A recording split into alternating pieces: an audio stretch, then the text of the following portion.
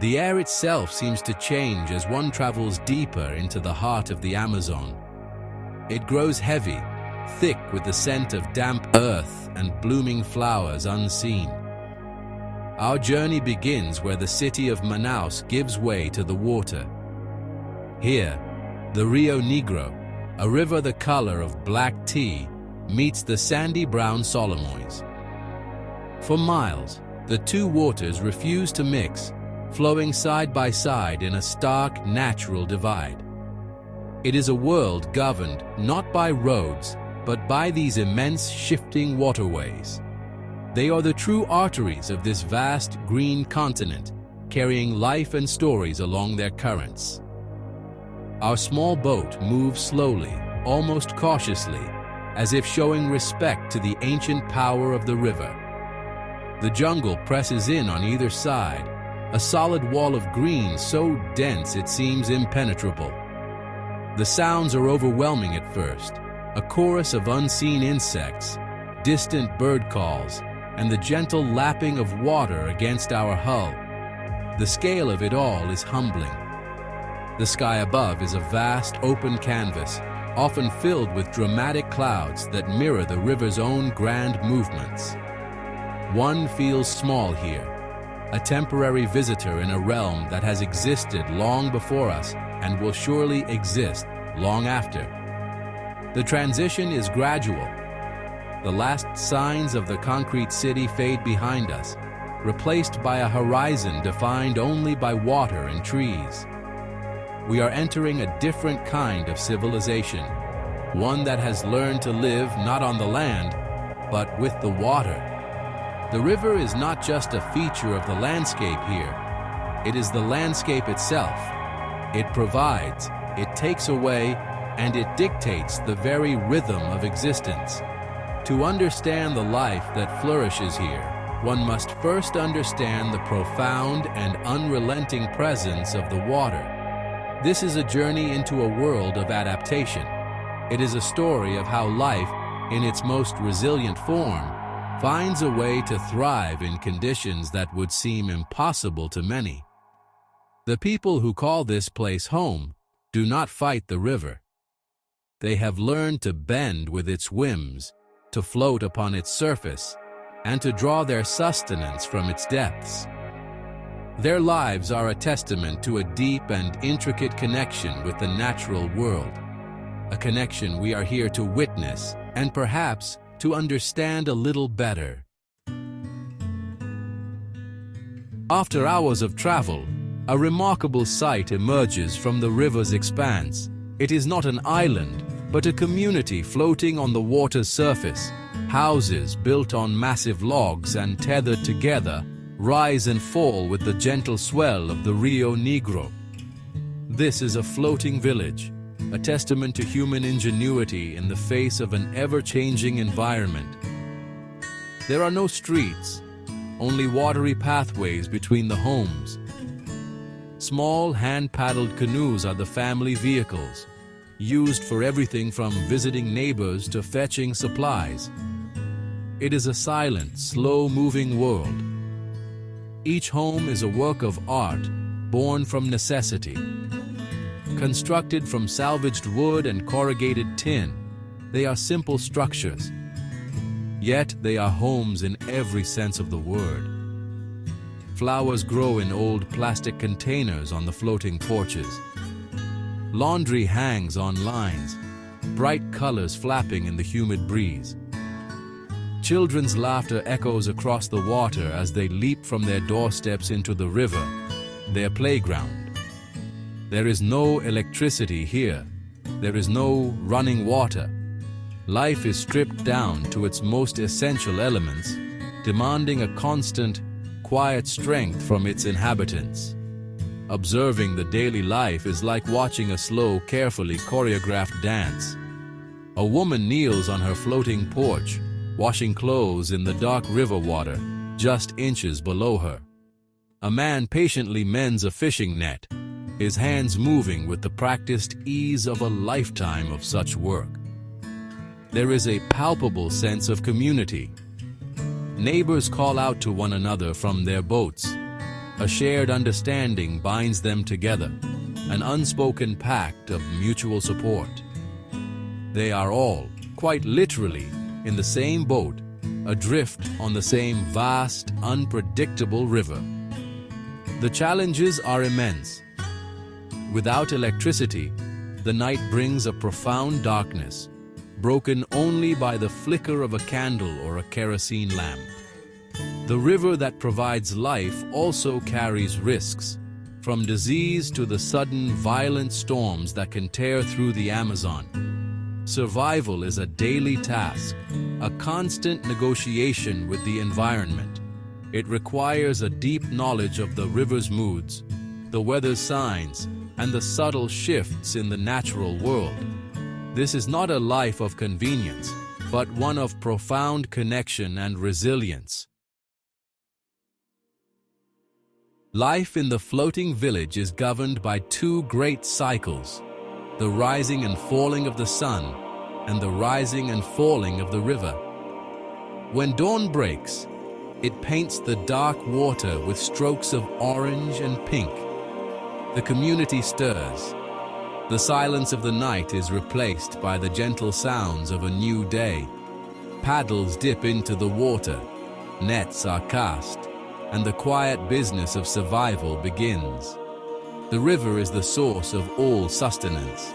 It is the larder, the wash basin, and the highway, all in one.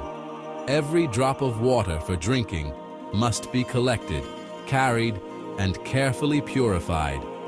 The midday sun is relentless. Heat and humidity hang heavy in the air, slowing movement to a crawl. People retreat to the shade of their simple homes, finding respite from the oppressive glare. This is a time for mending, for storytelling, for rest. The river itself seems to sleep under the high sun, its surface a shimmering glassy mirror reflecting the immense sky. The world holds its breath, waiting for the cooler hours of the late afternoon. This daily rhythm is ancient and unchanging, a pulse that has beaten in the heart of the Amazon for millennia. As the sun begins to dip towards the horizon, the village comes alive once more. This is the time for fishing. Men and boys head out in their canoes, their silhouettes dark against the fiery sunset. They know the secret places where the fish gather. Their movements are patient and precise. A successful catch means a meal for the family. An unsuccessful one means hunger. The stakes are always high. The river gives, but it does not always give generously. Every day is a new gamble, a new test of skill and luck. When night falls, it is absolute. The darkness is a physical presence, wrapping the village in a blanket of black. The sounds of the jungle, which were a backdrop during the day, now take center stage. The croaking of frogs, the buzz of insects, the splash of a fish, every sound is magnified in the stillness. Inside the homes, families gather by the soft glow of a single flame. It is a time for quiet connection, for sharing the day's small victories and worries. The river, unseen but ever present, rocks them gently to sleep. The people of the floating village are not the only inhabitants of this watery world. They share their home with a vast and varied cast of wildlife, creatures that have adapted to this unique environment just as they have. Sloths, you know, those masters of slow motion, cling to the trees at the river's edge. They move with such deliberate grace that they seem to be a part of the forest itself. Watching one is a lesson in patience, a reminder that not everything in life needs to be rushed. They are a quiet, constant presence in the canopy. Below the water's surface lurks another world, both beautiful and dangerous. Pink river dolphins, ancient and mythical creatures, sometimes break the surface with a gentle puff of air. They are a sign of a healthy river, a flash of unexpected color in the dark water. But there are other, more formidable neighbors. Caiman, Relatives of the alligator often lie submerged near the banks, their eyes just above the waterline. The people here have a deep, respectful wariness of them. They know which areas to avoid and how to read the subtle signs of their presence. The air is alive with birds. Flocks of vibrant macaws paint streaks of red, blue, and yellow across the sky, their raucous calls echoing over the water. Herons stand like statues in the shallows, waiting with infinite patience for a fish to swim within striking distance. Even the smallest creatures play a vital role in this intricate ecosystem. Butterflies with iridescent wings flutter over the water, and armies of leafcutter ants march in determined lines along the floating logs that connect the houses. Every living thing has its place in this complex web of life. Living so close to nature means living with its unpredictability. A jaguar might be heard calling from the deep forest at night, a powerful and chilling sound that reminds everyone of the wilderness that surrounds them. A snake might find its way onto a floating porch, seeking warmth. The people here do not see these animals as pests or intruders. They are simply neighbors. They are part of the same world, governed by the same natural laws.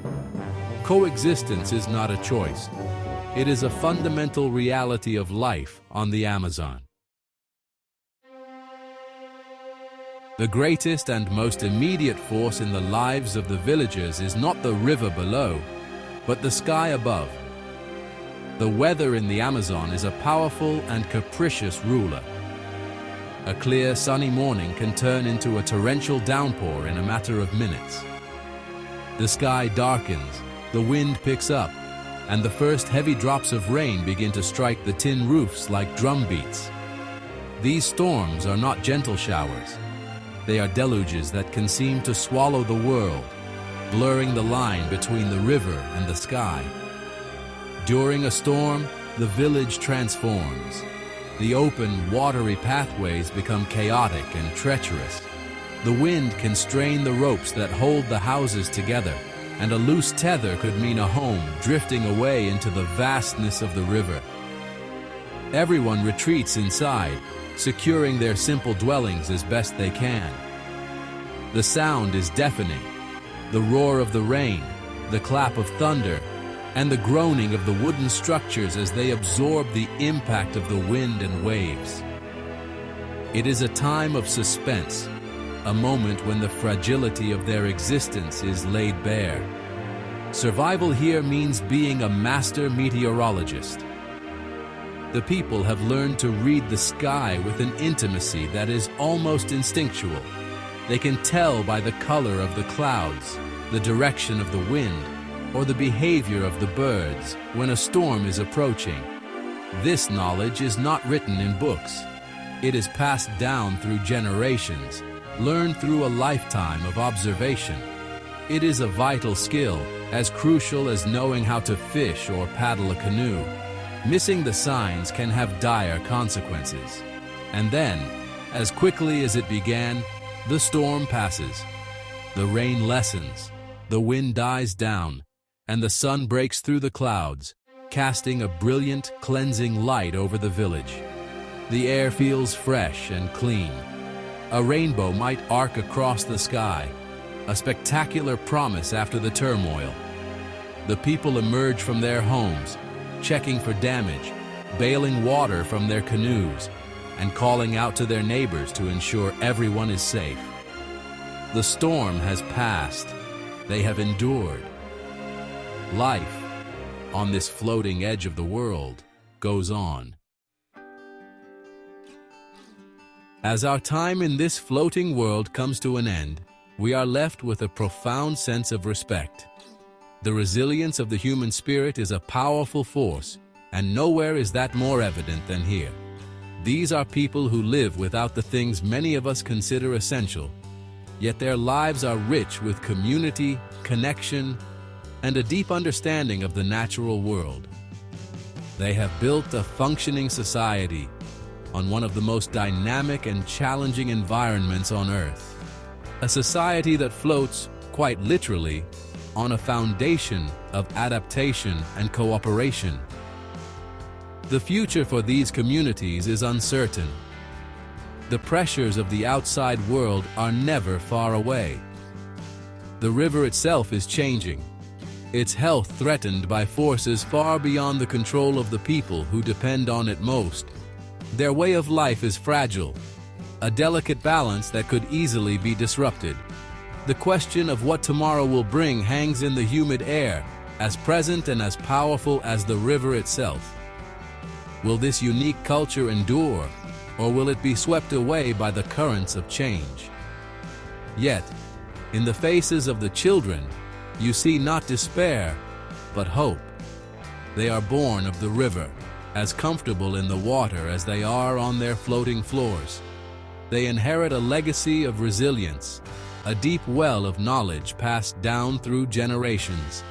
They are learning the rhythms of the water, the language of the sky, and the secrets of the forest.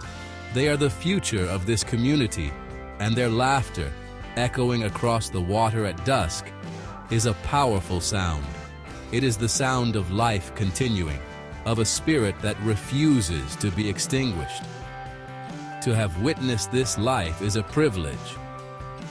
It is a reminder that wealth is not measured in possessions, and that strength is not measured in power over nature, but in the ability to live in harmony with it. The people of the floating village have shown us that it is possible to survive and even thrive on the very edge of the world. They are a quiet, powerful testament to the enduring ability of humanity to find a home in the most unlikely of places, to build a community in the shadows, and to find hope adrift on the water.